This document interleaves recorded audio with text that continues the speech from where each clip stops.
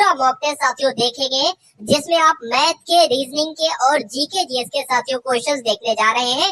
उसके अलावा current affair को भी हम लोग डिस्कस करेंगे। तो ये एक ऐसा मॉडल पेपर है साथियों, जिस मॉडल पेपर को अगर आप पूरा देख लेते हैं तो मुझे नहीं लगता कि आपका पेपर इससे बाहर जा पाएगा। तो इन सभी को साथियों प्रश्नों को तैयार कर लीजिए, चाहे वो मैथ हो, चाहे वो रीजनिंग हो, चाहे वो जीके जीएस और करंट अफेयर के टॉप लेवल के क्वेश्चंस हो।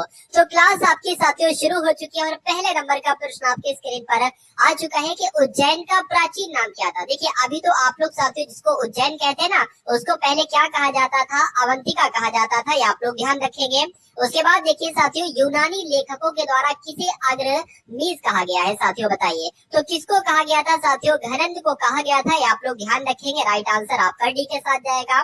16 महाजनपदों की सूची साथियों उपलब्ध है, यानी कि आपसे पूछा जा सकता है कि 16 महाजनपदों के बारे में कहां से जानकारी मिलती है, तो अंगुत्तर निकाय से साथियों जानकारी मिलती है। ये पॉइंट आप लोग ध्यान रखेंगे। उसके बाद देखिए, किसने कुलीन तथा कुलीनतावाद का आरंभ किया था, तो ये काम किसने किया था साथियों, बल्लाल सेन ने ये काम किया था। उसके बाद देखिए, खजुराहो के शिव मंदिर का संबंध साथियों जो है वो किससे है, बताइए।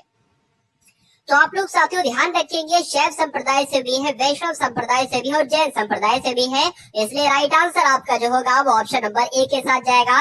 ए के साथ नहीं बल्कि डी के साथ जाएगा, और जिनका आंसर यहाँ पर डी है तो बिल्कुल करेक्ट हो जाता भाई। बहुत बढ़िया, वेरी गुड क्लास। साथियों आप सभी लोग एक काम कीजिए कि इस वीडियो को लाइक कर दीजिए। वीडियो को लाइक करने से साथियों मुझे मोटिवेशन मिलेगा, और जब मुझे मोटिवेशन मिलेगा तो मैं आपके लिए साथियों ऐसा कंटेंट लाऊंगा कि सबसे बेस्ट है। कि अगर आरपीएफ कांस्टेबल के लिए जो कंटेंट आपको देखना चाहिए वो कंटेंट मैं आपके लिए साथियों लाऊंगा, चाहे मुझे जितना भी अध्ययन करना पड़े, जितना भी एनालिसिस करना पड़े। आपको ऐसे मॉडल पेपर ऐसे ऐसे दूंगा साथियों कि जो आपके डायरेक्ट साथियों एग्जाम में आपको देखने को मिले वहां से पेपर में।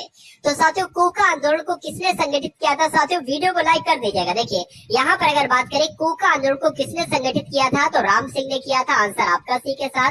निम्नलिखित में से किसने सत्याग्रह शब्द को गढ़ा था साथियों, बताइए। तो आप लोग ध्यान रखेंगे, महात्मा गांधी जी की अगर बात करें तो महात्मा गांधी जी ने सत्याग्रह शब्द को गढ़ा था।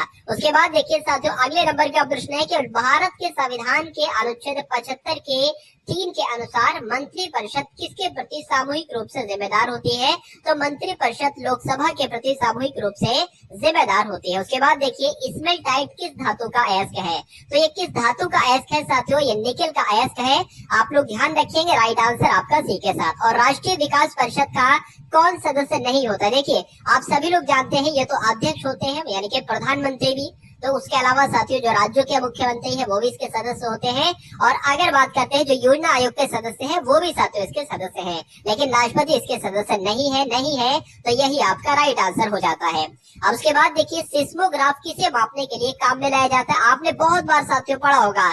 तो भूकंप की जो तरंगे होती है साथियों, इसको मापने के लिए सिस्मोग्राफ का इस्तेमाल किया जाता है। राइट आंसर आपका सी के साथ जाएगा भाई, बहुत बढ़िया, वेरी गुड क्लास। उसके बाद देखिए साथियों, लैकोलिथ किससे संबंधित है, तो अगर आपके एग्जाम में पूछा जाए कि लैकोलिथ का संबंध किससे है, तो ज्वालामुखी से साथियों इसका संबंध है, ये आप लोग ध्यान रखिएगा। पंपास एवं स्टेपी ये घास के मैदान है साथियों, तो ये पंपास और स्टेपी निम्नलिखित में से किस श्रेणी के अंतर्गत आते हैं, बताइए। तो ये किस श्रेणी के अंतर्गत आते हैं, ये साथियों मध्य अक्षांशीय घास भूमि के अंतर्गत आते हैं। आंसर आपका बी के साथ जाएगा। लानोस कहाँ के घास स्थान है साथियों, बताइए। तो ये कहाँ की है, यानी कि गुयाना उच्च भूमि की ये घास स्थान है लानोस, जिसका नाम है। अब उसके बाद देखिए, गौतम बुद्ध ने अपना पहला धर्म का उपदेश साथियों ये कहाँ पर दिया था, तो ये तो इन्होंने सारनाथ में दिया था, और ये कई बार आपके एग्जाम में भी क्वेश्चन पूछा जा चुका है। इसलिए आंसर यहाँ पर जिनका भी है ऑप्शन नंबर डी के साथ तो बिल्कुल सही है। अब उसके बाद देखिए, कोणार्क में जो सूर्य मंदिर है इसका निर्माण किसने करवाया था, तो पहली बात तो आप लोग ध्यान रखेंगे कि सूर्य मंदिर कहाँ पर है, तो कोणार्क में है। इसका निर्माण किसने करवाया था, नरसिंह साथियों प्रथम ने करवाया था, ये आप लोग ध्यान रखेंगे। आंसर आपका सी के साथ। स्वराज मेरा जन्म सिद्ध अधिकार है और मैं इसे लेकर रहूंगा साथियों, नारा किसका है, तो बाल गंगाधर तिलक जी ने ये कहा था, ये नारा साथियों बाल गंगाधर तिलक का है। अब उसके बाद देखिए, अगला प्रश्न है कि पृथ्वी के किस भाग के ऊपर ओजोन छिद्र का पता चला है साथियों, बताइए। ये अच्छा क्वेश्चन है, तो आप लोग ध्यान रखेंगे साथियों, अंटार्कटिका की अगर बात करते हैं तो अंटार्कटिका में ही, ठीक है, आप लोग ध्यान रखेंगे, ओजोन छिद्र का पता चला है। राइट आंसर आपका ए के साथ जाएगा। साथियों पूरे सामान्य ज्ञान के हम लोग पूरी सामान्य ज्ञान के 50 क्वेश्चंस हम लोग देखेंगे, और जो आपके रियल एग्जाम में 50 क्वेश्चंस आएंगे वो साथियों उसी लेवल के लगभग वैसा ही साथियों क्वेश्चन यहाँ पर आप लोग देखेंगे 50 क्वेश्चन। उसके बाद हम लोग रीजनिंग को उड़ाएंगे और मैथ को उड़ाएंगे, यानी कि तीनों सब्जेक्ट को साथियों बहुत शानदार तरीके से हम लोग तैयार करेंगे, कवर करेंगे, जिससे पेपर आपका साथियों यही से आए, पेपर आपका इससे बाहर ना आए। India rising, fresh hope, new fears, ये पुस्तक है और इस पुस्तक के लेखक कौन है? रवि वेल्लोर साथियों इस पुस्तक के लेखक है, ये आप लोग ध्यान रखेंगे। उसके बाद देखिए सरहुल पर्व का संबंध किस राज्य से है? तो सरहुल पर्व साथियों अगर बात करें, सरहुल ये पर्व है, एक उत्सव है, ये कहाँ पर मनाया जाता है? तो ये झारखंड में मनाया जाता है। अब उसके बाद देखिए भारतीय संविधान की 11वीं अनुसूची साथियों किससे संबंधित है? तो ये पंचायती राज से संबंधित है। राइट आंसर आपका एक के साथ जाएगा। भारत के संविधान में उद्देशिका का विचार साथियों कहां से लिया गया है? बताइए। तो ये कहां से लिया गया है? ये यूएसए के संविधान से लिया गया है, संविधान में उद्देशिका का विचार। अब उसके बाद देखिए अगला प्रश्न है कि निम्नलिखित में से कौन भारत में ज्वालामुखी द्वीप है? बताइए। तो जो बैरन द्वीप है ना साथियों, ये ज्वालामुखी द्वीप ही तो है। सही जवाब आपका ऑप्शन नंबर डी हो जाता है। उसके बाद देखिए एशिया की धुरी विदेश नीति की रणनीति है, यानी कि आपका राइट आंसर साथियों हो जाएगा, यानी कि जो एशिया की धुरी है ये विदेश नीति की रणनीति है। तो साथियों ये अगर बात करें तो ये यूएसए की नीति है। आंसर आपका ऑप्शन नंबर डी के साथ जाएगा भाई, बहुत बढ़िया, वेरी गुड क्लास। अब उसके बाद देखिए अगला प्रश्न है कि निम्नलिखित में से कौन प्रदूषण संकेतक पौधा है? बताइए। तो लाइकिन की अगर बात करें साथियों, ये प्रदूषण संकेतक पौधा है।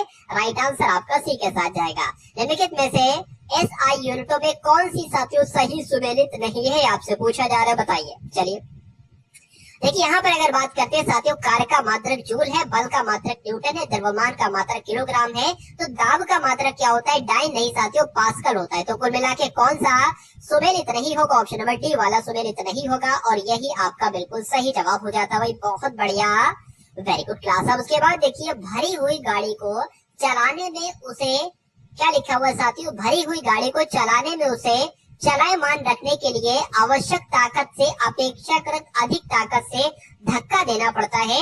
निष्कर्ष क्या होता है साथियों? किसी चलायमान वस्तु का भार कम होता है तो नहीं। उसके अलावा प्रारंभ में पहिए फिसलने लगते हैं तो मैं कहूंगा नहीं साथियों। उसके बाद एक बार गाड़ी चल पड़ने के बाद घर्षण कम होता है, बिल्कुल ये साथियों सही हो जाएगा। अब ये सही हो जाएगा तो यही आपका निष्कर्ष है, आंसर आपका जाएगा सी के साथ। अंतरिक्ष यान जो चक्कर लगा रहा है, इससे एक सेब छोड़ा जाता है अगर, तो क्या होगा साथियों? तो वे पृथ्वी की ओर गिरेगा, या कम गति से गतिमान होगा, या अंतरिक्ष यान के साथ साथ उसी गति से गतिमान होगा, या अधिक गति से गतिमान होगा। तो अंतरिक्ष यान से जो चक्कर लगा रहा है साथियों, वहां से अगर एक सेब छोड़ा जाता है तो अंतरिक्ष यान के साथ साथ उसी की गति से साथियों गतिमान होगा। आंसर आपका जाएगा ऑप्शन नंबर सी के साथ। चलिए अब उसके बाद देखिए अगला प्रश्न है कि वर्षा की बूंद जो गोलाकार होती है, गोलाकार आकृति की होती है, वो किसकी वजह से होती है? तो किसकी वजह से होती है साथियों? आपका आंसर जो जाएगा वो पृष्ठीय तनाव जाएगा साथियों, यानी कि पृष्ठीय तनाव की वजह से गोलाकार होती है।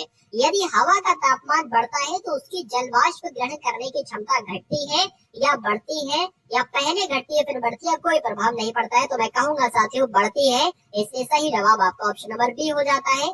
किसी परमाणु के गुण निर्भर करते हैं साथियों, किसी परमाणु के गुण किस पर निर्भर करते हैं? प्रोटॉन, न्यूट्रॉन, परमाणु नहीं साथियों, इलेक्ट्रॉन संरचना पर निर्भर करते हैं। ये आप लोग ध्यान रखेंगे, आंसर आपका जाएगा डी के साथ। साथियों देखिए जो भी आप देख रहे हैं ना, पूरी जीके के जो सबसे टॉप 50 क्वेश्चंस यहाँ पर बैठते हैं वो आपके स्क्रीन पर से गुजर रहे हैं साथियों। तो अगर आप साथियों वाकई में सिलेक्शन लेना चाहते हैं तो इन पूरी क्लास को देखिएगा, जीके जीएस तो देखिएगा, करंट अफेयर भी देखिएगा, और मैथ और रीजनिंग के सवालात भी देखिएगा। देखिए नाभिक की द्रव्यमान संख्या की जब हम बात करते हैं तो नाभिकों में न्यूक्लियनों की संख्या ठीक है बिल्कुल है साथियों, जो नाभिक की द्रव्यमान संख्या है ना, ये नाभिकों में न्यूक्लियनों की संख्या के बराबर है। आंसर आपका जाएगा ए के साथ। उसके बाद देखिए साथियों आईडीएक्स की अगर बात करें तो ये क्या है? ये एक प्रकार का दाबमापी उपकरण है तो नहीं, एक प्रकार का जीन है तो नहीं, उर्वरकों के निर्माण में प्रयुक्त एक रसायन है तो नहीं, ये एक विस्फोटक है।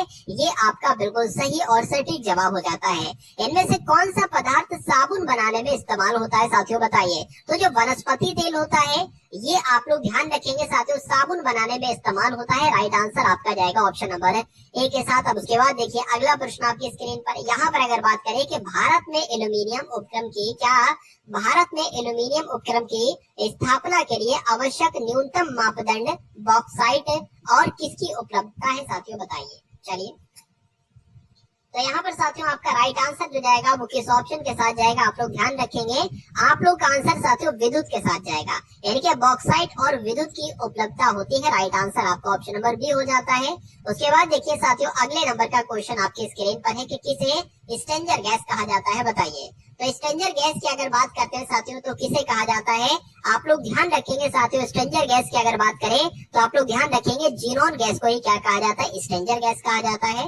उसके बाद देखिए प्लास्टर ऑफ पेरिस की अगर बात करते हैं तो इसका साथियों सूत्र क्या है, तो इसका सूत्र की अगर बात करें 2CaSO4 H2O की अगर बात करें H2O यहाँ पर होना चाहिए साथियों, कुछ मिस्टेक हो गई कोई बात नहीं।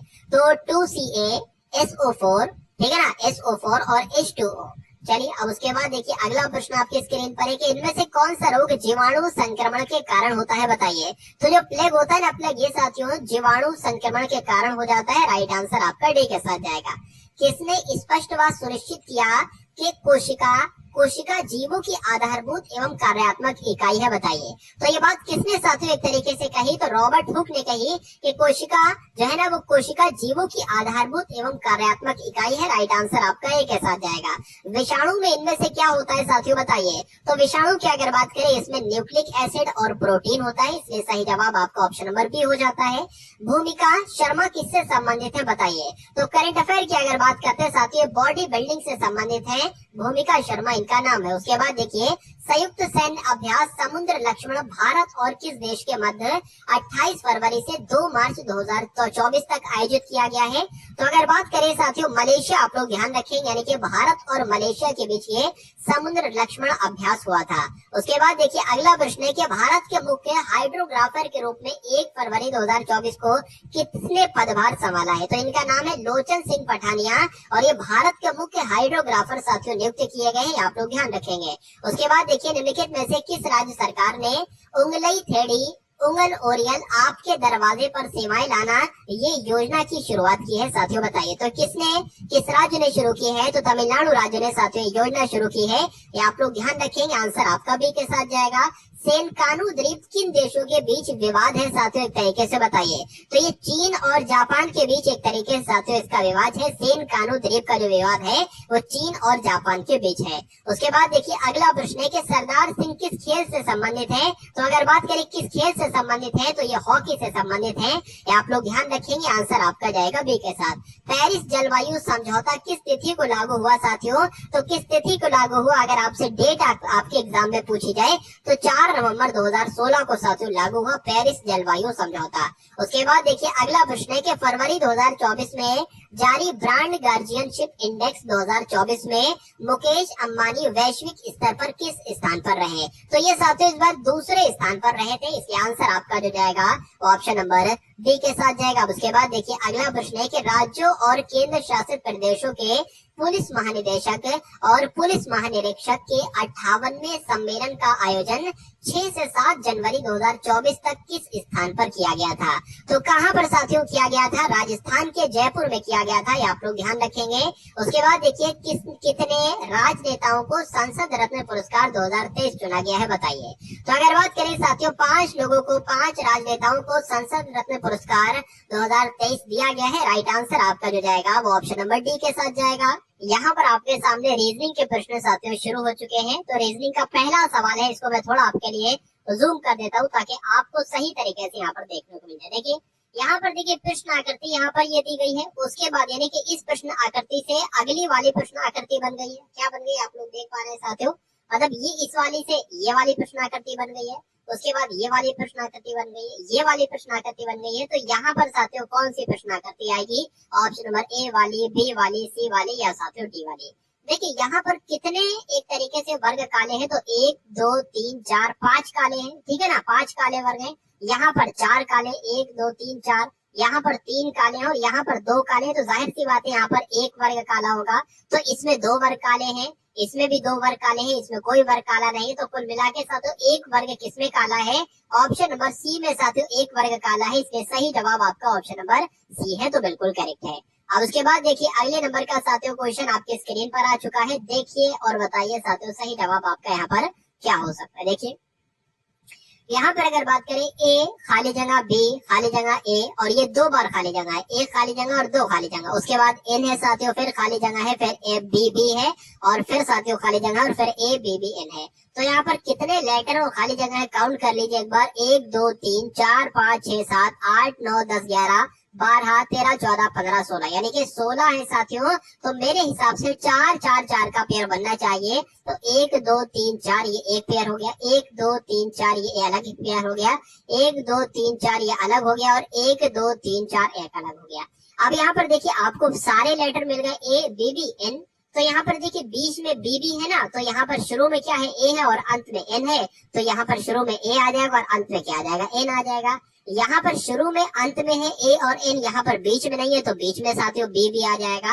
मतलब हमें जो बनाना है ना वो ए बी बी एन बनाना है। यहाँ पर भी ए बी बी एन बन चुका है, ए बी बी एन बन चुका है, तो यहाँ पर भी साथियों ए बी बी एन हम बना लेंगे। अब आप देख लो आपने अपने पेन से कौन कौन से लेटर लिखे हैं, बी लिखा है, एन लिखा है, चलिए तो बी लिखा है, एन लिखा है, उसके बाद साथियों बी लिखा है, ए लिखा है, एन लिखा है। तो ऐसा साथियों आपको B N B B B N B B A N कहां पर आपको लग रहा है, तो ऑप्शन नंबर बी में ऐसा लग रहा है। तो यही आपका बिल्कुल सही जवाब हो जाता है। उसके बाद देखिए अगले नंबर का साथियों क्वेश्चन आपकी स्क्रीन पर है। यहाँ पर अगर बात करें दिए गए विकल्पों में से अंक समूह में से उन अंकों के समूह को चुनिए, याद कीजिए जो प्रश्न में दिए गए अंकों के समूह से मेल खाते हैं, यानी कि जो इसमें लॉजिक लग रहा है आपसे ये पूछा जा रहा है वही लॉजिक किस में लग रहा है, इसमें लग रहा है, इसमें लग रहा है, इसमें लग रहा है या साथियों इसमें लग रहा है, बताइए। चलिए देखिए यहाँ पर अगर बात करें ना तो एक तरीके से ये लॉजिक मुझे ऐसा लग रहा है कि 6 की गुणा किससे की गई, 5 से की गई है और इसकी गुणा 3 से की गई। तो क्या कोई ऐसा नंबर है 6 की गुणा 5 से करेंगे तो साथियों 42 नहीं आ रहा है, 6 पंजे 30, ठीक है। 7 की गुणा किससे कराना पड़ेगी, 5 से नहीं कराएंगे। 6 चक्कू 24 ये 4 से गुणा कराना, 8 पे 40, 8 छक 48 के 6 से गुणा कराना पड़ रही है। लेकिन यहाँ पर भी सही नहीं होगा, ये भी 3 से गुणा कराने पर ये नहीं आए, तो ये लॉजिक हमारा फेल हो जाता है। दूसरा लॉजिक देखिए साथियों, देखिए 6 से अगर बात करें ये वाला जो नंबर है ना ये इससे भी विभाजित हो जाएगा पूरा पूरा और इससे भी विभाजित हो जाएगा। क्या ये लॉजिक लग रहा है, एक बार इसको भी साथियों हम लोग फॉलो कर लेंगे। तो 6 इससे तो कट रहा है, क्या इससे भी कट रहा है, 6 कम 6 26 हो जाएगा, ठीक है। 6 कम 6 नहीं, ये नहीं कटेगा। इसकी अगर बात करिए 42 कट जाएगा, 218 नहीं कटेगा। 6 चौक 24 कट जाएगा लेकिन 70 नहीं कटेगा। 8 पंच 40, 8 छक 48 पूरा पूरा कट जाएगा और ये कटेगा नहीं, कटेगा देख लेते हैं साथियों। 8 से अगर काट करें तो साथियों 8 जो आपका 16 हो जाएगा और कितना 3 जाएगा और 8 3 24, 8 चक्कू आपका 32 हो जाएगा। मतलब जो ऑप्शन नंबर डी वाला है ये पूरा पूरा साथियों कट जाता है किससे, 8 से। यानी कि पहले वाले नंबर से ये संख्या कट रही है, ये संख्या कट रही है। तो इसमें से ये एक ऐसा ऑप्शन है कि जिसमें 8 नंबर से ये एक संख्या कट रही है और ये संख्या कट रही है। तो कुल मिला के राइट आंसर आपका डी हो जाता है। अब उसके बाद देखिए अगले नंबर का क्वेश्चन आपकी स्क्रीन पर है, देखिए और बताइए सही जवाब आपका क्या होगा। दिए हुए अनुक्रम में कौन सी संख्या गलत है, यानी कि साथियों क्रम आपको दिख रहा होगा 126 है, 98 है, 70 है, 41 और 14। इसमें आपको ये बताना है कि कौन सी संख्या गलत है। तो सबसे पहले हम लॉजिक देखेंगे कि ये 126 से 98 कैसे हुई, 98 से 70 कैसे हुई। देखिए 126 से साथियों 98 कैसे हुई है, 26 तो ये ऊपर ऊपर और 2 इधर, यानी कि 28 घटाया गया है तो ये साथियों 98 हुई है। ये 98 से 70 कैसे हुई, तो 98 में साथियों मेरे हिसाब से 28 घटाएंगे तो ये 70 आ जाएगा बहुत आराम से। उसके अलावा अगर बात करते हैं साथियों यहाँ पर कितना घटाया गया है, एक तरीके से यहाँ पर 29 घटाया गया है तो ये साथियों 41 आई है। लेकिन मुझे ऐसा लग रहा है कि ये गलत है, क्यों, क्योंकि साथियों अगर बात करें यहाँ पर आपको 28 घटाना है और 28 घटाना है तो कुल मिला के कितना आएगा साथियों, 42 आएगा। तो यहाँ पर 42 आएगा या नहीं आएगा, यानी कि ये 41 संख्या गलत है, नहीं गलत है। एक बार एक काम करके आप देख लीजिए, मान लीजिए यहाँ पर 42 है और इस 42 में से आप 28 घटाइए। अगर 42 में 28 घटाने पर 14 आ जाता है तो ये लॉजिक हमारा बिल्कुल सही हो जाएगा। एक काम करिए साथियों 42 में से 28 घटा लीजिए तो यहाँ पर साथियों 4 बचेगा और यहाँ पर 1 बचेगा, क्योंकि ये 12 में से 8 जाएगा, 4 बचेगी, ये 3 हो जाएगा, 3 में से 2 जाएगा, 1 बचेगा। तो कुल मिला के लॉजिक हमारा सही है। अनुक्रम में कौन सी संख्या गलत है, ये 41 वाली संख्या गलत है, तो यही आपका बिल्कुल सही जवाब हो जाता है। अब उसके बाद देखिए निम्नलिखित शब्दों को तर्क संगत क्रम के अनुसार साथियों आपको लगाना है और बताना है सही जवाब आपका यहाँ पर क्या हो सकता है। चलिए तो देखिए साथियों, आपसे ये कुल मिला के एक तरीके से पूछा जा रहा है कि सबसे पहले कौन सा आ सकता है, बताइए। सबसे पहले क्या होगा? क्या रात हो जाएगी, क्या दिन हो जाएगा, नींद आएगी, कार होगा? सबसे पहले साथियों दिन होगा। सबसे पहले मान लीजिए दिन हुआ, ठीक है ना। सबसे पहले दिन हुआ, फिर आपने क्या किया? आपने साथियों एक तरीके से क्या किया? आपने काम किया। आपने पहले भाई दिन हुआ, आपने फिर काम शुरू किया, यानी कि 5 आ जाएगा। अब जब काम करोगे साथियों तो थकावट तो होगी, तो थकावट हो गई, चलिए थकावट हो गई। उसके बाद रात आई तो रात आ गई, और उसके बाद साथियों आप नींद में हो गए, यानी कि सो गए थकावट उतारने के लिए। तो कुल मिला के साथियों आपका ये 351-24 आपको जहां दिखे वो आपका राइट आंसर हो जाएगा। 351-24, 351-24 कहां पर लिखा हुआ है? ऑप्शन नंबर सी में लिखा हुआ है। तो यही आपका बिल्कुल सही जवाब हो जाता है। उसके बाद देखिए, दिए गए अनुक्रम में अगले 2 अक्षर बताइए। जैसे बी है, बी के बाद सी आ गया, सी के बाद ई आ गया, ई के बाद एच आ गया, एल, एच के बाद एल आ गया। तो एल के बाद यहाँ पर और यहाँ पर साथियों कौन से लेटर आ सकते हैं, ये आपसे पूछा जा रहा है। देखिए यहाँ पर अगर बात करें 2 है, यहाँ पर साथियों 3 है, यहाँ पर 5 है, ई 5 पर आता है, एच 8 पर आता है, एल 12 पर आता है। तब आपको यहाँ पर और यहाँ पर साथियों बताना है कौन से 2 नंबर आ सकते हैं। देखिए ये आपका अगर साथियों बात करते ना, या ऐसे करा लो कि इसमें और इसमें साथियों 1 बढ़ाया गया है। 3 से यहाँ पर 5 हुआ है तो 2 बढ़ाया गया है। 5 से 8 हुआ है तो 3 बढ़ाया गया है। 8 से साथियों 12 हुआ है, 4 बढ़ाया गया है। तो जाहिर सी बात है 12 में 5 जोड़ेंगे तो कितना आ जाएगा? 12 में साथियों 5 जोड़ेंगे, 12, 13, 14, 15, 16, 17 और 17 पर आता है क्यू। और फिर यहाँ पर क्यू में साथियों 6 जोड़ेंगे, यानी कि 17 में 6 जोड़ेंगे तो कितना हो जाएगा? 23 हो जाएगा। 23 पर आता है डब्ल्यू। तो कुल मिला के क्यू डब्ल्यू साथियों आपके इस प्रश्न का बिल्कुल सही जवाब हो जाता है। और जिनका भी आंसर यहाँ पर क्यू डब्ल्यू है तो बिल्कुल करेक्ट भाई, बहुत बढ़िया, वेरी गुड क्लास। अब उसके बाद देखिए कि यदि अंग्रेजी वर्णमाला के प्रथम अर्धांश के अक्षरों को विपरीत क्रम में लिखा जाए। देखिए अंग्रेजी वर्णमाला में टोटल कितने लेटर हैं? 26 लेटर हैं। और जो 1 से लेकर 13 तक लेटर होते हैं ना साथियों, इसको प्रथम अर्धांश कहा जाता है। और साथियों जो 14 से लेकर 26 तक लेटर होते हैं ना, इसको क्या कहा जाता है? द्वितीय अर्धांश कहा जाता है। तो आपसे तो यही कहा जा रहा है साथियों कि जो अंग्रेजी वर्णमाला में प्रथम अर्धांश है ना, इसको, इसके अक्षरों को आपको विपरीत क्रम में लिखना है। यानी कि प्रथम अर्धांश जो होता है साथियों वो एन से लेकर एन तक होता है। तो इसको आपको विपरीत में अगर लिखोगे तो पता है कैसे लिखोगे? एन है, उससे पहले एम आएगा, उससे पहले साथियों क्या आ जाएगा? आपका एल आ जाएगा, उसके बाद के आ जाएगा, उसके बाद जे आ जाएगा, उसके बाद आई आ जाएगा। इस टाइप से आपसे पूछा जा रहा है, कहा जा रहा है। तो कुल मिला के A B C D E F G और साथियों ये हो जाएगा एच आपका, ठीक है ना। ये प्रथम अर्धांश हमने विपरीत क्रम में लिख दिया, ठीक है। उसके बाद क्या कहा गया था कि तो बाएं से, अच्छा अब एक देखिए, ये तो प्रथम अर्धांश हो गया। अब जो दूसरा अर्धांश है ना वो हम नॉर्मल लिखेंगे, वो एक बार नॉर्मल लिख लीजिए। एन के बाद क्या आएगा? एन के बाद साथियों क्या आ जाएगा? ओ आ जाएगा, O P Q R S T U V W, उसके बाद एक्स और वाई और जेड, ठीक है। अब देखिए क्या कहा गया? तो बाएं से, यानी कि यहाँ से, बाया यही तो होता है, बाएं से 20वां अक्षर। तो बाएं से 20वां अक्षर कौन सा होगा? 1 2 3 4 5 6 7 8 9 10 11 12 13 14 15 16 17 18 19 20 21 22 23 23 हो गया भाई, ये तो 23 हो गया, ज्यादा हो गया। 1 2 3 4 5 6 7 8 9 10 11 12 13 14 15 16 17 18 19 20। तो 20 पर साथियों आपका क्या है? 20 पर टी आया, ठीक है। 20वें अक्षर के दाएं 5वां कौन है? दाया। अब पता साथियों क्या होगा? दाएं की अगर जब हम बात करते हैं साथियों, 20वें अक्षर के दाएं को क्या कहा जा रहा है? 20वें अक्षर के दाएं 5वां अक्षर क्या होगा? तो दाया इसका साथियों आपका क्या हो जाएगा?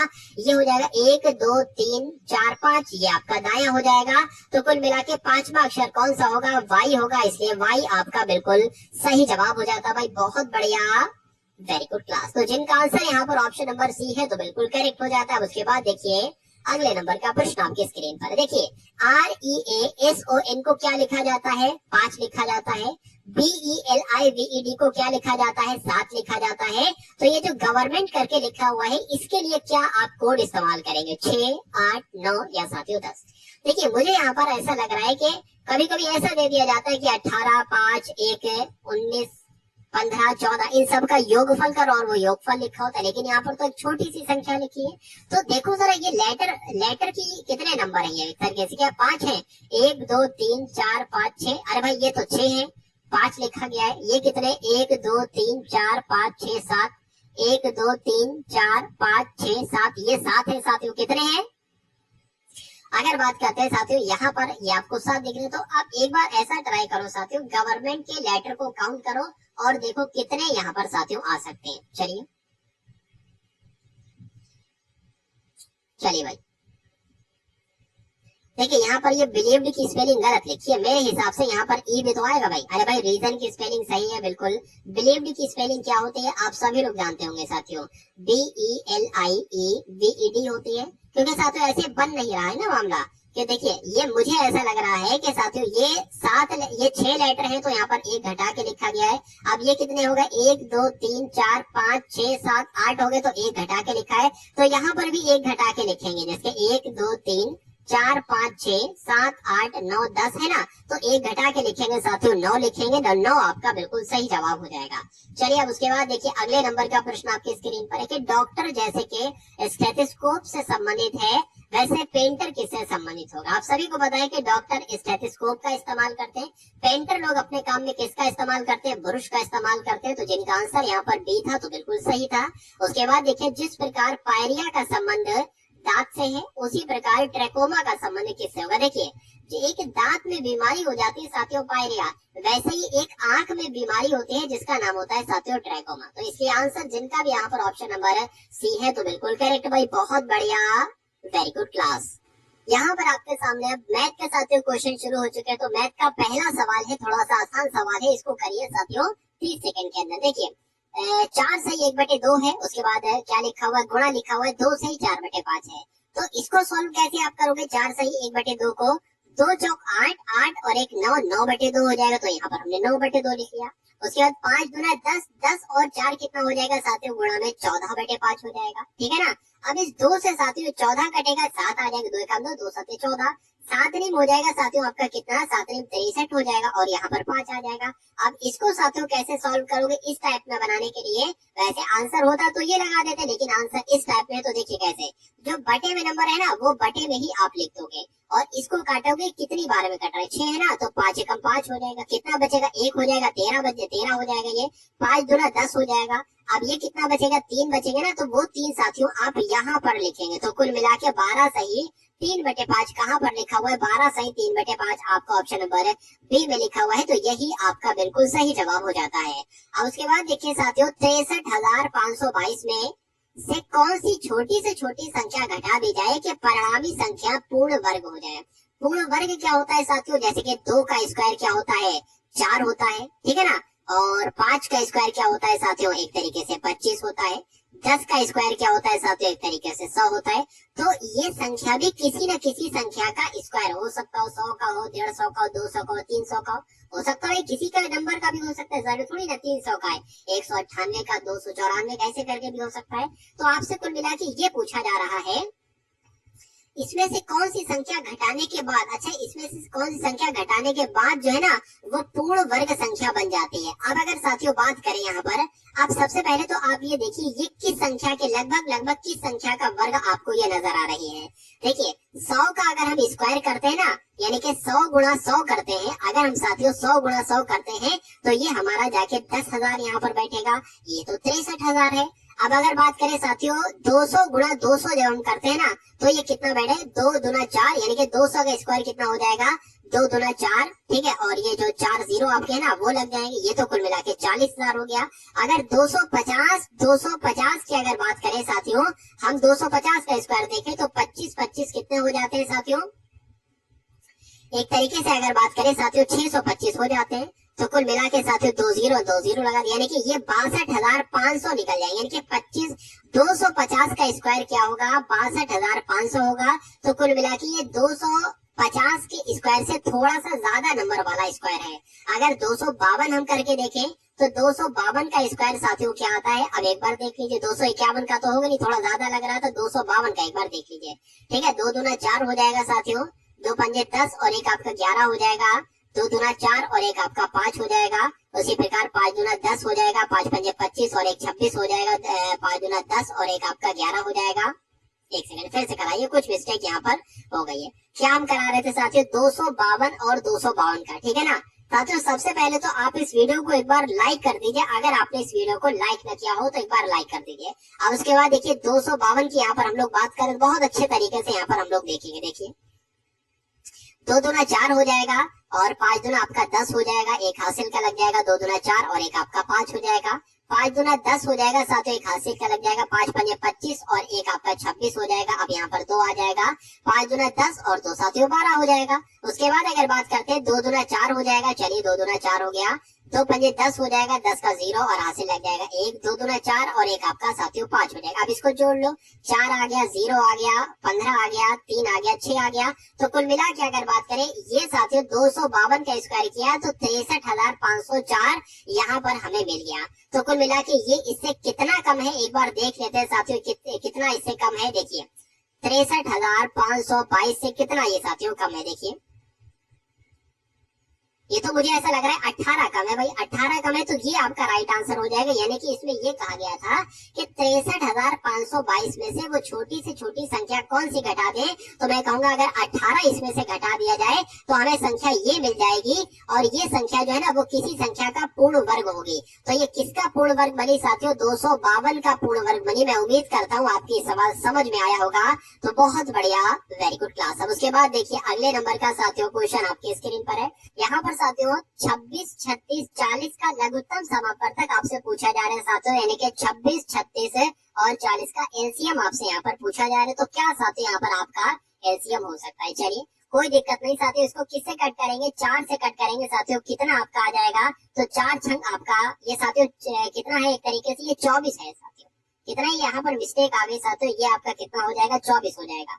तो 4 छंग आपका 24 हो जाएगा। 24 यहाँ पर लिखना चाहिए क्योंकि जब मैं इसको पहले पढ़ा था तो ये 24 लिखा, तो मुझे इतना याद है। तो 4 छंग आपका 24 हो जाएगा। उसके अलावा साथियों 4 रिम आपका 36 हो जाएगा और 4 दाम आपका 40 हो जाएगा। अब इसको अगर कट करें साथियों 3 दूना आपका 6 हो जाएगा, 3 से 9 हो जाएगा और साथियों यहाँ पर 10 हो जाएगा। अब इसको ये देखिए ये एक बार अब 2 से कट होगा, यानी कि 2 एकम 2, 3 ऐसे लिख देंगे, 2 पंजे 10 हो जाएगा। अब ये एक बार 3 से कट होगा और ये 5 बार से कट होगा, तो 4 तिया 12 हो जाएगा, 12 दूना 24 हो जाएगा, ठीक है ना, 12 दूना 24 हो जाएगा और 24 तिया कितना हो जाएगा साथियों, 24 तिया आपका एक तरीके से ऐसा करो 24 और 15 की गुणा करा लो, 24 और 15 की गुणा करा लो, तो 24 पंजे 120 होता है और यहाँ पर साथियों 24 आ जाएगा, 0 आ जाएगा, 6 आ जाएगा और यहाँ पर 3 आ जाएगा, यानी कि 360 साथियों इसका क्या निकलेगा, इसका एलसीएम निकलेगा और यही आपका बिल्कुल सही जवाब हो जाता है। किसी धन का 3 वर्ष में 5% वार्षिक दर से चक्रवृद्धि ब्याज कितना है साथियों, 126 रुपए 10 पैसे है। तो उसी धन का उसी दर से उसी समय के लिए साधारण ब्याज क्या होगा, यानी कि कुल मिला के आपसे साधारण ब्याज पूछा जा रहा है। क्या साथियों, PRT बटे 100 आपसे पूछा जा रहा है। अच्छा यहाँ पर समय दे रखा है, समय कितना है साथियों, 3 वर्ष है। यहाँ पर दर भी दे रखी है, यानी कि R कितनी है साथियों, 5 वर्ष है। और यहाँ पर एक तरीके से देखिए CI यानी कि चक्रवृद्धि ब्याज भी दे रखा है, कितना है, 126 रुपए 10 पैसे, ठीक है ना। और साधारण ब्याज आपसे पूछा जा रहा है। देखिए साधारण ब्याज के लिए PRT होना जरूरी है। यहाँ पर T है, R है लेकिन T नहीं है। तो एक काम करो साथियों, सबसे पहले आप P निकालो, यानी कि सबसे पहले मूलधन निकालो। एक सूत्र होता है साथियों, वो मैं डायरेक्ट लिख रहा हूँ, ठीक है। CI बराबर P होता है 1 प्लस R बाई 100 बटे T के, ठीक है। एक T होता है मतलब पावर T होता है -1 होता है, ये सूत्र आपने सुना होगा। तो इस सूत्र की जगह पे डायरेक्ट हम वैल्यू रख रहे हैं साथियों। CI होता है यानी कि 126, जो कि CI कितना है, चक्रवृद्धि ब्याज कितना है, 126 रुपए 10 है, बराबर P यानी कि मूलधन है, 1 प्लस R कितना है साथियों, 5% है बटे 100 और पावर कितनी है, 3 है, -1 आ जाएगा। अब यहाँ पर इसको अगर कैलकुलेट करेंगे तो P का मान हमें पता चल जाएगा। फिर हम क्या करेंगे, हमें P का भी मान पता चल जाएगा, R का पता है, T का पता है, तो हमारा साधारण ब्याज निकल जाएगा बहुत आराम से। देखिए अगर साथियों अब यहाँ पर अगर करते हैं तो इसको अगर कट करें 5 एकम 5, 5 दूना 10 हो जाएगा और 20 हो जाएगा। अब अगर बात करें साथियों देखिए 126.10 रुपए, ठीक है, बराबर साथियों P आ जाएगा। अब यहाँ पर क्या आ जाएगा, 20 की गुणा 1 से 20 एकम 20, 20 और 1 ये 5 वाला, 20 और 1 21 बटे 20 यहाँ पर आ गया, 21 बटे 20 यहाँ पर आ गया। अच्छा इसके ऊपर पावर भी थी, पावर कितनी थी, 3 की पावर थी और -1 था। अब अगर बात करें 126 क्या, 126.10 रुपए बराबर P। अब अगर बात करते हैं साथियों 21 का क्यूब क्या होता है, तो 21 का क्यूब क्या होता है साथियों, 9261 होता है, तो गुणा 9261 और 20 का क्यूब क्या होता है, 8000 होता है, आप सभी को पता है, और -1 है। अब उसके बाद अगर बात करें 126.10 रुपए बराबर साथियों कितना है, P है, बराबर आपका P हो गया।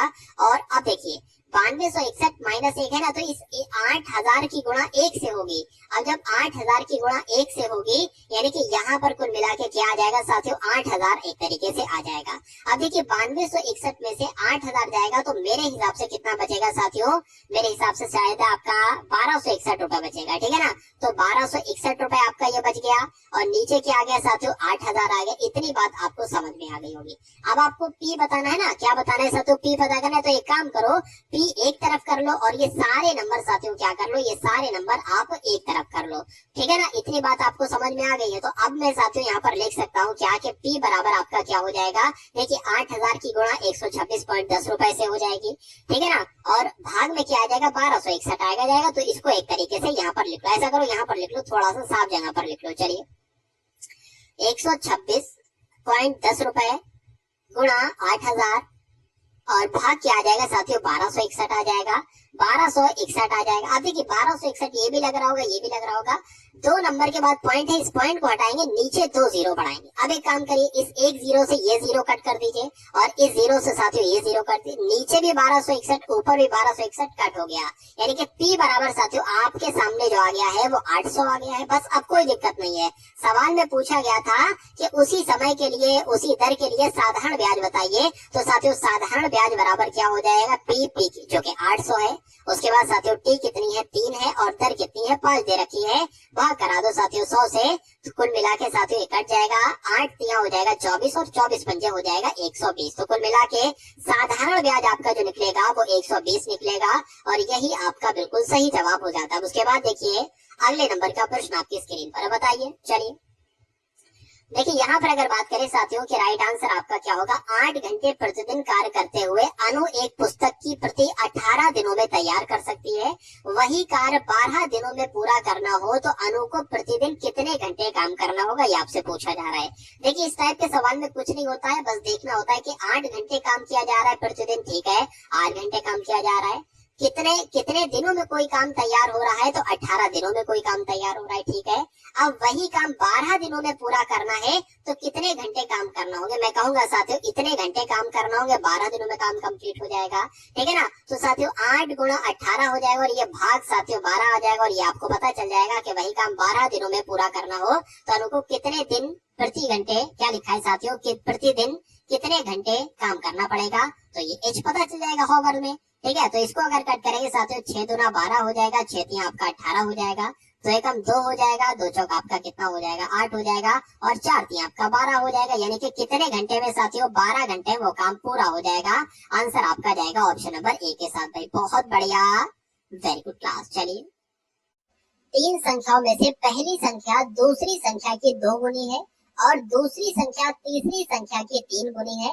यदि तीनों संख्याओं का औसत साथियों कितना है, 10 है, तो सबसे बड़ी संख्या क्या होगी। देखिए 3 तरह की संख्याएं यहाँ पर बताई गई। मान लेते हैं x है, y है और तीसरी संख्या z है। यहाँ पर सबसे पहले कहा गया है कि तीनों संख्याओं में जो पहली संख्या यानी कि ये जो संख्या है ये दूसरी संख्या की 2 गुनी है, और दूसरी संख्या तीसरी संख्या की 3 गुनी। अगर ऐसा सवाल आए ना तो सबसे पहले आपको ये और ये देखना है, यानी कि दूसरी संख्या और तीसरी संख्या में जो संबंध है वो देखना है, फिर उसके बाद ये पहला वाला देखना है।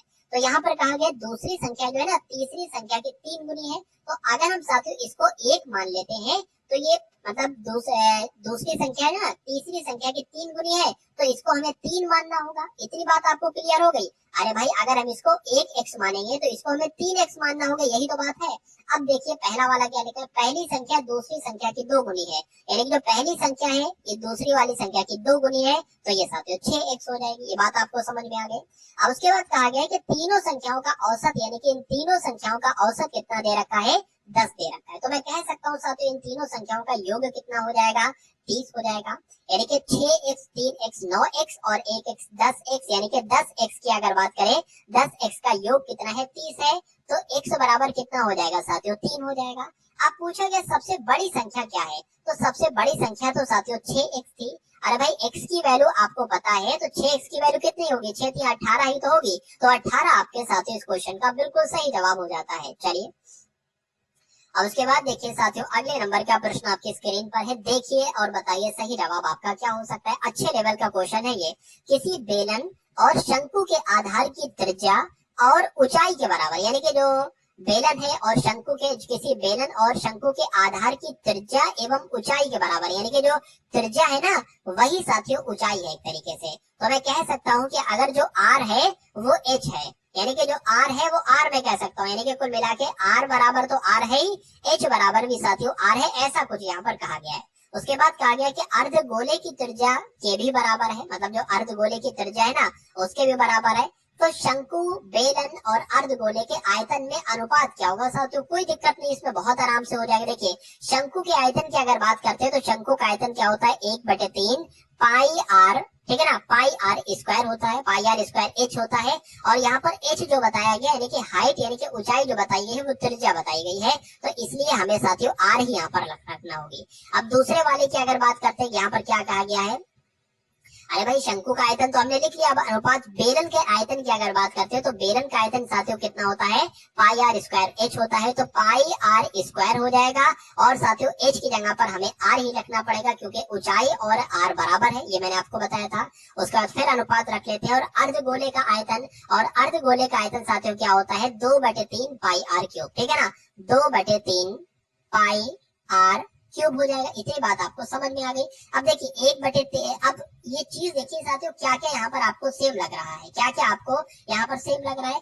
पाई आर स्क्वायर इसमें भी है कट जाएगा, पाई आर स्क्वायर इसमें भी है कट जाएगा, पाई आर स्क्वायर इसमें भी है कट जाएगा साथियों, ये पाई आर क्यूब यहाँ। अच्छा एक काम करिए, अरे भाई जब इस आर को इसमें मिलाएंगे तो ये भी तो पाई आर क्यूब हो जाएगा, कट जाएगा, पाई आर क्यूब ये भी हो जाएगा कट जाएगा, और पाई आर क्यूब ये भी हो जाएगा कट जाएगा। अब आपके पास बचा है 1/3 अनुपात 1 अनुपात 2/3, इतनी चीजें आपके पास बची है। देखिए तो यहाँ पर अगर साथियों बात करते हैं इसको कैसे सॉल्व करेंगे, देखिए इसकी अगर बात करें साथियों, जैसे कि 1/3 जैसा लिखा है वैसे लिख देंगे। अब इस 3 की गुणा इससे हो जाएगी तो यहाँ पर 3 आ जाएगा, और यहाँ पर साथियों एक तरीके से 2/3 ही रहेगा। अब देखिए इस 3 से ये 3 आपका कैंसिल हो जाएगा, बचेगा क्या? 1/3/2 बचेगा। तो यही तो साथियों आपका इन तीनों का अनुपात निकलेगा। और ऐसा कहाँ पर लिखा हुआ? 1/3/2, ऐसा ऑप्शन नंबर बी में लिखा हुआ है। तो यही आपका बिल्कुल सही जवाब हो जाता है। उसके बाद देखिए अगले नंबर का साथियों क्वेश्चन आपके स्क्रीन पर, बताइए, देखिए और बताइए सही जवाब आपका यहाँ पर क्या हो सकता है। कि एक वस्तु का अंकित मूल्य 200 है, एक विक्रेता ऐसी 3 वस्तुएं निश्चित दर पर छूट देने के बाद जो है खरीदता है, मतलब कितने में बेचता है? 540 बेचता है। छूट की दर आपसे पूछी जा रही है। देखिए पहली लाइन में लिखा हुआ है कि एक वस्तु की साथियों कीमत क्या है? अंकित मूल्य। अंकित मूल्य कितना है साथियों? अंकित मूल्य जो है ना वो 200 रुपए है। और उसके बाद कहा गया कि एक विक्रेता ऐसी 3 वस्तुएं लेता है।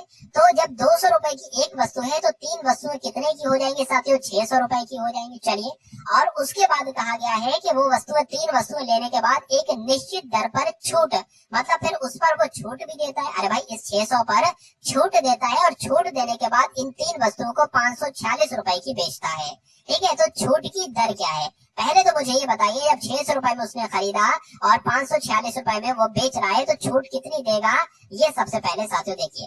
अब अगर बात करें साथियों, यहाँ पर 10 में से 6 जाएगा, 4 बचेगा, यहाँ पर 9 में से कुल मिला के 5 हो जाएगा, तो 54, एक तरीके से 54 रुपए की यहाँ पर छूट दी गई। अब इसको प्रतिशत में आपको साथियों बदलना है, यानी कि 54 गुणा 100 हो जाएगा, बटे में कितने में खरीदा था? 600 रुपए में खरीदा था, तो 600 यहाँ पर आ जाएगा। इन 2 जीरो से ये 2 जीरो कट जाएगा, 6 निम आपका कितना हो जाएगा? 54 हो जाएगा।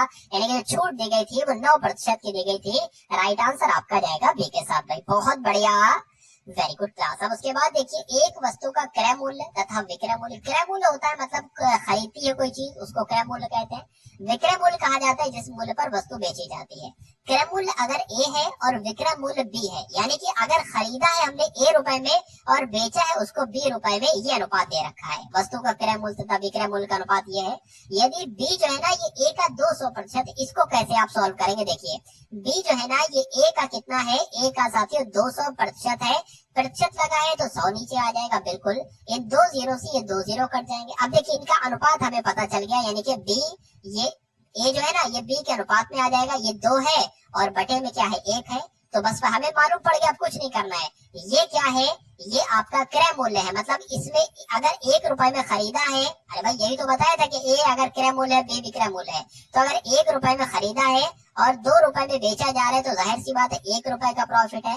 और इसको प्रतिशत लाभ में बदलने के लिए साथियों क्या करेंगे? 100 से गुणा कर देंगे, ठीक है ना। यहाँ पर अगर बात करें यहाँ पर नीचे क्रय मूल्य आता है, हमेशा ध्यान रखिए। क्रय मूल्य कितना है, 1 है, तो इस 1 से 1 कैंसिल हो जाएगा, बचेगा क्या साथियों, 100% का लाभ आपके सामने आ जाएगा, जो कि ऑप्शन नंबर सी में है भाई। बहुत बढ़िया, वेरी गुड क्लास। इसको थोड़ा सा मैं जूम कर देता हूँ साथियों आपके लिए, देखिए अब आपको नजर आ रहा होगा सामने। चलिए ये आप लोग के सामने है, इसका मान साथियों आपसे पूछा जा रहा है कुल मिला के। इस सवाल को आपको कैसे करना है मैं आपको बतला देता हूँ। देखिए सबसे पहले इसको सॉल्व कीजिए। 3 एकम 3, 3 और 2 कितना हो जाएगा, 5/3 है ना, तो इसको कट कर दो, इसको कट कर दो, यहाँ पर 5/3 लिख लो, ठीक है ना। अब ये 3 साथियों ये ऊपर चला जाएगा, कहाँ पर, यहाँ पर 3 चला जाएगा। अब देखिए 1 + 3/5 है ना, तो इसको सॉल्व करो, 5 एकम 5, 5 और 3 8 हो जाएगा, तो कुल मिला के यहाँ 8 आ जाएगा, यानी कि 8/5 आ जाएगा। अब ये साथियों 5 ऊपर चला जाएगा, यानी कि यहाँ पर चला जाएगा। अब 8 एकम 8, 8 और 5 13 हो जाएगा, यानी कि 13/8 हो जाएगा। अब ये 8 फिर साथियों ऊपर चला जाएगा, 13 एकम 13 हो जाएगा, और 8 कितना हो जाएगा साथियों, 23 21 हो जाएगा, यानी कि 21/23 13 हो जाएगा। अब ये 13 साथियों यहाँ पर आ जाएगा। अब आपके सामने क्या है, 1 + 13/21। अब इसको सॉल्व कर लो, बस हो गया काम। तो 21 एकम 21 प्लस आपका 13 हो गया, और भाग क्या हो गया, 21 हो गया। इसको अगर बात करें साथियों कितना आ जाएगा, 34 कितना आ जाएगा, 21 आ जाएगा। तो 34/21 ही साथियों आपका बिल्कुल सही जवाब हो जाएगा, जिनका आंसर यहाँ पर ऑप्शन नंबर है सी है, तो बिल्कुल करेक्ट हो जाता भाई। बहुत बढ़िया, वेरी गुड क्लास। तो ये साथियों आपने सवाल देखे, सभी क्वेश्चंस आपको कैसे लगे। उम्मीद करता हूँ साथियों आरपीएफ एग्जाम के लिए क्लास आपको बहुत शानदार लगी होगी। तो इस वीडियो को साथियों शेयर कीजिएगा, कुछ और भी ऐसे मॉडल पेपर बनाए हैं उनको भी जरूर आप लोग देखिएगा, इस वीडियो को शेयर कीजिएगा। तो मिलते हैं हम सभी लोग आने वाली वीडियो में। जय हिंद।